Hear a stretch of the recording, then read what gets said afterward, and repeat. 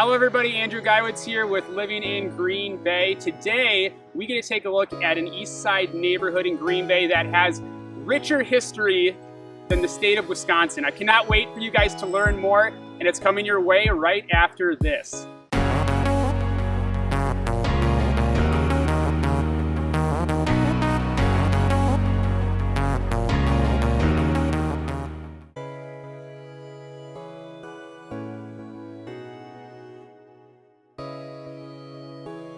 Hello everybody, welcome back to Living in Green Bay. Andrew Guywood's here. I have a couple of my new friends with me, Al and Cheryl, and we are in Astor neighborhood on the east side of Green Bay, a beautiful historic neighborhood. I cannot wait for you to learn more about it, but I want you to get to know my friends a little bit first. Why don't you guys tell the viewers about yourselves, how did you end up in this neighborhood, and kind of introduce yourselves a little bit.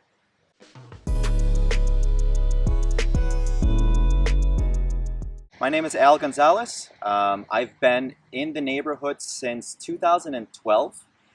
Really what brought me to the neighborhood was, I've lived in Green Bay since '95, and at some point you get to drive through Monroe and you realize that there's a whole lot of beautiful homes, unique homes, a lot of types of variety of architecture, and I really enjoy design, and that was like the moment where I'm like, I have to squeeze my way into this neighborhood because I don't like a cookie cutter neighborhood, and certainly this fits that profile of not being a cookie cutter neighborhood. So that's how I ended up here. Definitely not a cookie cutter neighborhood. No.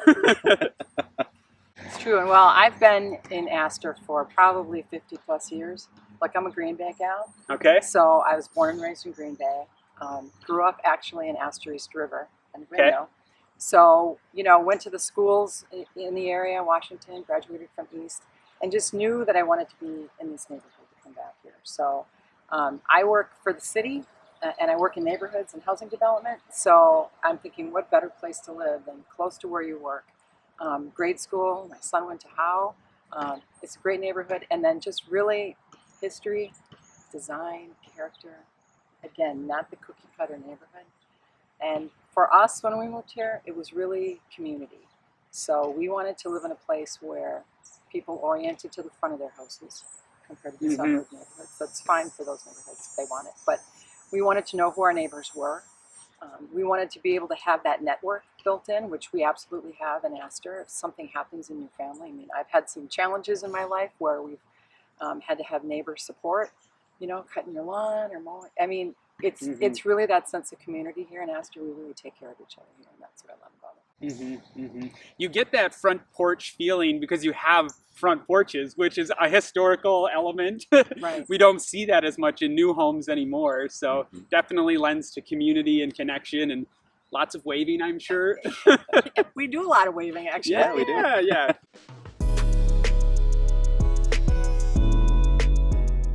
Okay, well, Astor's a really old neighborhood. It was platted by John Jacob Astor in the 1800s. My house is 1892, I think, was constructed. I don't know what the years is, but really old houses in Astor. And we actually helped with, Astor, Navarino, Fort Howard were the originals that came together to form the city of Green Bay. We have a lot of history. Just if you're interested, Google Astor neighborhood. Google the history here because there's just a lot of interesting homes that have connections with residents, Green Bay historical figures that lived in this neighborhood. The Astor neighborhood has actually been around for a long time. They formed in the 70s actually, back then. A lot to do with the hospitals and, protecting the neighborhood from expansion of the hospitals.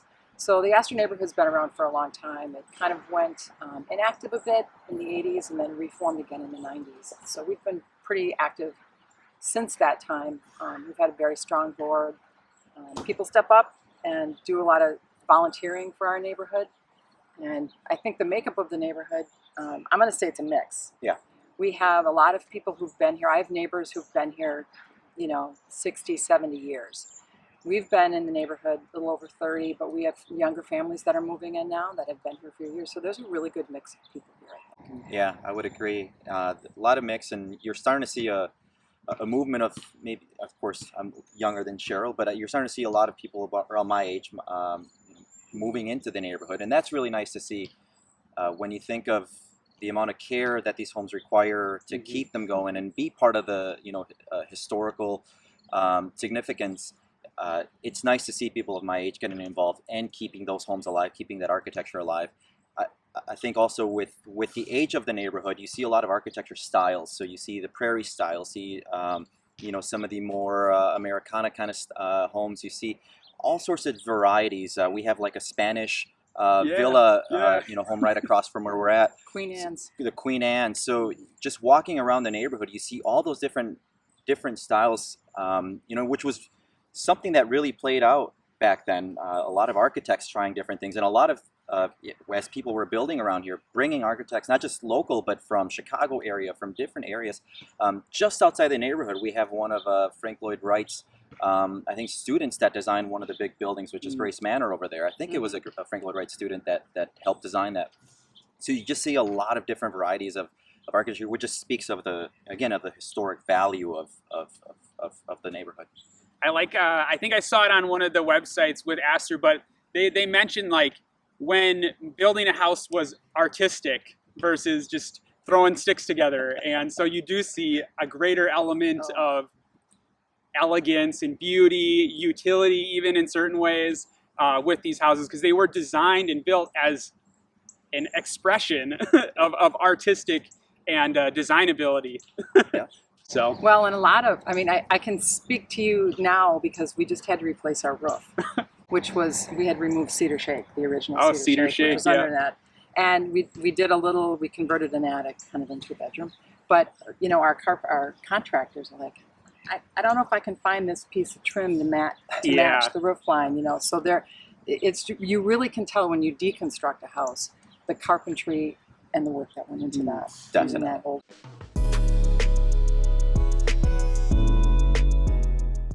Well, we've got Aldo Leopold School. Yep. We also have Howe that are in our boundaries. We used to have St. Mary's of the Angels. I don't think that's a school any longer. That's a structure that's over on the other side. Our hospitals are really the main player in our neighborhood. We have a few smaller businesses closer to Monroe and some stuff on Mason. But really, I think for us, the hospital is probably the driving force. Correct. And you're probably one of the few neighborhoods that has water frontage too. So you don't sleep on that, guys. You can go from here, and if you roll, you'll just roll right down the hill into the river. I'll say that was one of the biggest pieces. So I live on the side of the neighborhood that is close to the river, and that was one of the reasons why I wanted to purchase that house. Is I'm pretty much a block away from the Fox River. You can see it. I just step a few feet from my front porch, and you can just see the water. And when the sun's coming down, it's just like what do they call it? Golden hour. Yeah. And of course, you have the Fox River Trail, which is tied right to the river, and you go on your bike, and you're up and away, and it's a beautiful thing. We walk to the fireworks when they happen downtown, to the events downtown. Very accessible. And the events at St. James. I mean, St. James holds. We do a lot of events through the neighborhood association, which we host at St. James, and you have the city band that comes and plays their summer concerts, and it's just like the park is always alive. That's really nice. And we sell, actually, we vend. Our neighborhood association makes some money by selling popcorn and sodas and waters during those band concert events. So it's a fundraiser for us as well.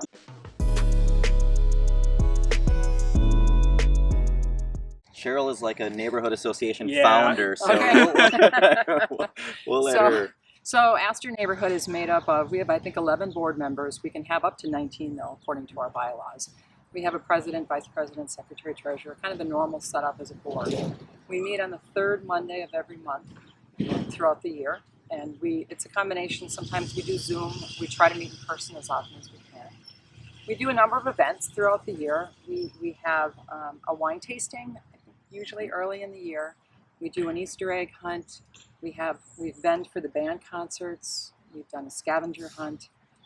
I'm trying to think what else we do. We publish a newsletter. We try to do that at least 3 times a year, if not 4, either postcards or newsletters. If Your Homes Could Talk is a tour that is actually happening in September of this year, where there's a walking tour where you get some information. You can go inside some homes or just walk past some homes that have boards set up to give you the history of the home. We do that annually, and that's a fun event. And then I think just the coolness about Astor is that our board, we've got a very diverse board, and some people like to do things that are more children-oriented. Some people like to do things that are more for adults. So we plan for the year what we want to do, and it may be different things every year. The aspect that I like about the neighborhood is that in the end, it still is about, keeping that integrity of the neighborhood, of the homes, the old homes, and making that always kind of the spotlight of what we do. And it brings the neighborhood together. We have people from pretty much every corner of the neighborhood. Yep. So everybody has, a voice in the way that even their little community within their, within their block or street. And that's always nice. You have different elements, and like she said, some people are interested in maybe activity at the park. Maybe some people are like, hey, this is happening across the entire neighborhood. Again, I'm kind of a design guy, and I'm like, how can we showcase more of the beauty of the neighborhood to the general public? So all those things together are very nice.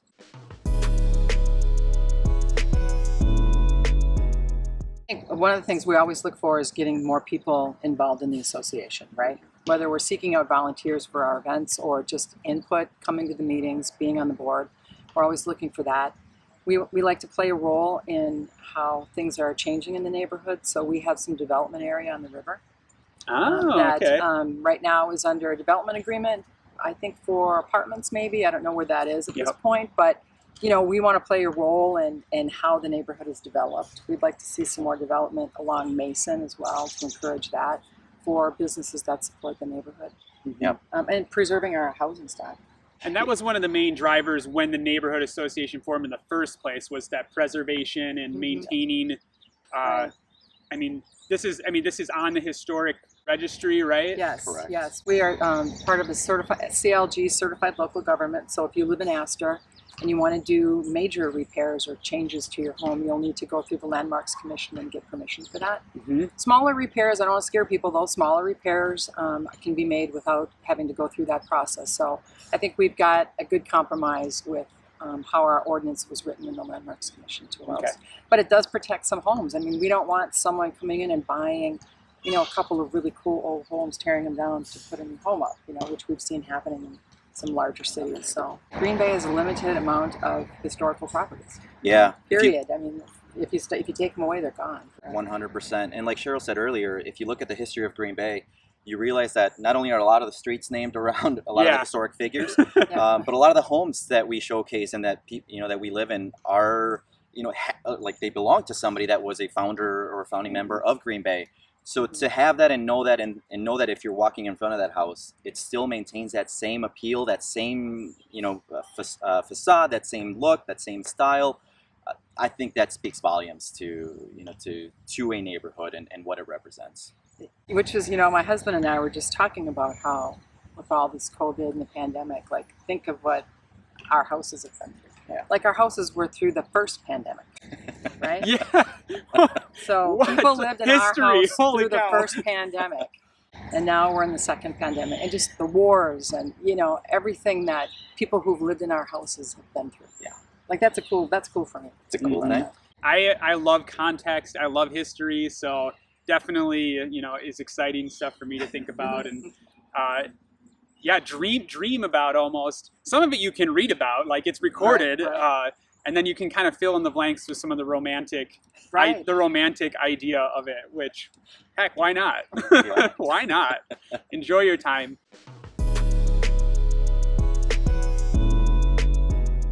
Yeah, so we have three main digital sources of connecting. Number one is our website, which is astorneighborhood.org. You can also find us on Facebook using, looking up Astor Neighborhood Association. And on Facebook, you'll see a lot more of the events that are happening. You'll see a lot more of, primarily neighborhood updates and such. That may be happening. And then you can also find us on Instagram at Astor Neighborhood Association, which then in Instagram, we primarily do showcasing of homes where we'll put pictures of the homes, we'll do videos of the neighborhood. So it's more on the actual home side of things. Facebook's really where you get a lot of your event updates. But website, Facebook, and Instagram. And you're always invited to the meetings, which is the third Monday of every month. We usually meet at First Lutheran here on Monroe, but if we're Zoom, check our Facebook page. So there's where you guys can get connected. All of that information will be in the description below this video. Go right from this video, click on that, get connected, show up at the meeting, make some genuine relationships, especially if you're living in a neighborhood with front porches. You will have to see people, I hope. So yeah, get connected in person that way, and be a part of what Astor has going on, or come to a concert and enjoy that. I know I stopped by and it was really fun, so you know, you'll enjoy that too on a nice summer night or maybe even fall night here. But guys, thanks so much for making the time. I appreciate it. Thanks for doing this. We Yeah, really appreciate it. Yeah, no problem. Thanks Very for sharing about this amazing neighborhood. Thanks for watching, everybody. Again, appreciate you guys taking the time. Thank you. And we will see you on another video with Living in Green Bay soon.